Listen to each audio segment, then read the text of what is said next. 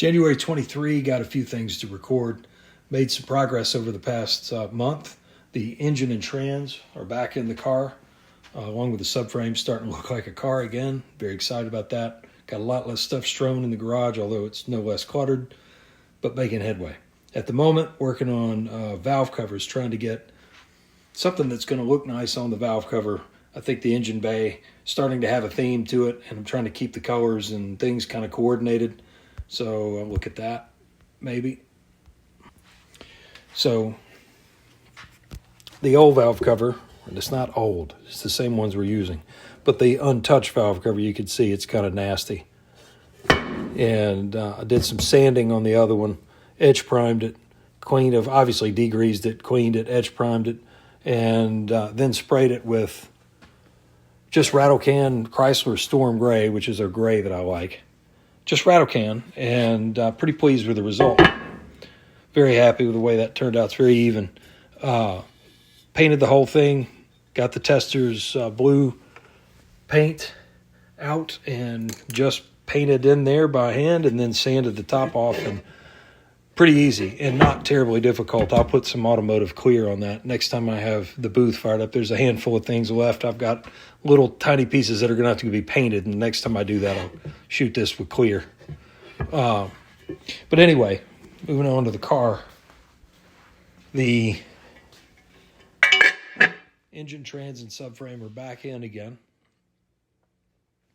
And as I have continued to hook things up, and I'm just looking, mapping out what the next move is, got a problem here. The throttle bodies cannot sit where they need to sit because the OE distributor is such a large OD. It's just too big. I don't know why they had to make it that big.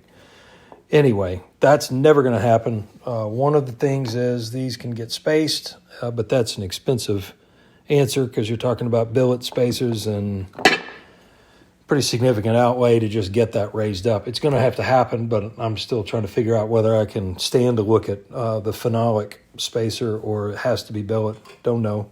It's going to get raised by some amount, but I also bought a used Holley dual sync distributor that's a smaller outside diameter.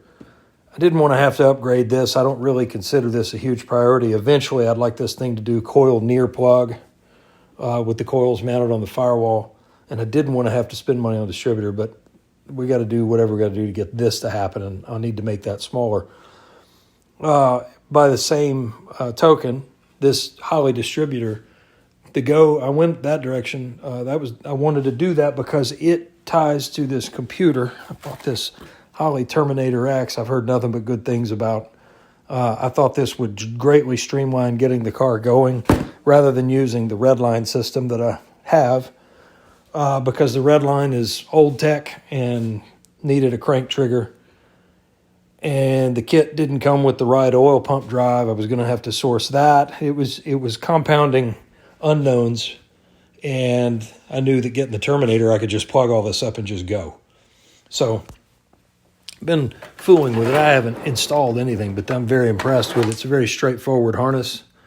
Everything's labeled, and it's supposed to be plug and play for a Ford, but since I've got so much non-standard stuff here, it's not going to make any difference. It is plug and play to that distributor that's coming. The distributor is called dual sync because it gives you a crank signal and a cam signal. I don't know what that means. I don't know how it can give you the crank signal and the cam signal, but apparently it does, and the computer likes that.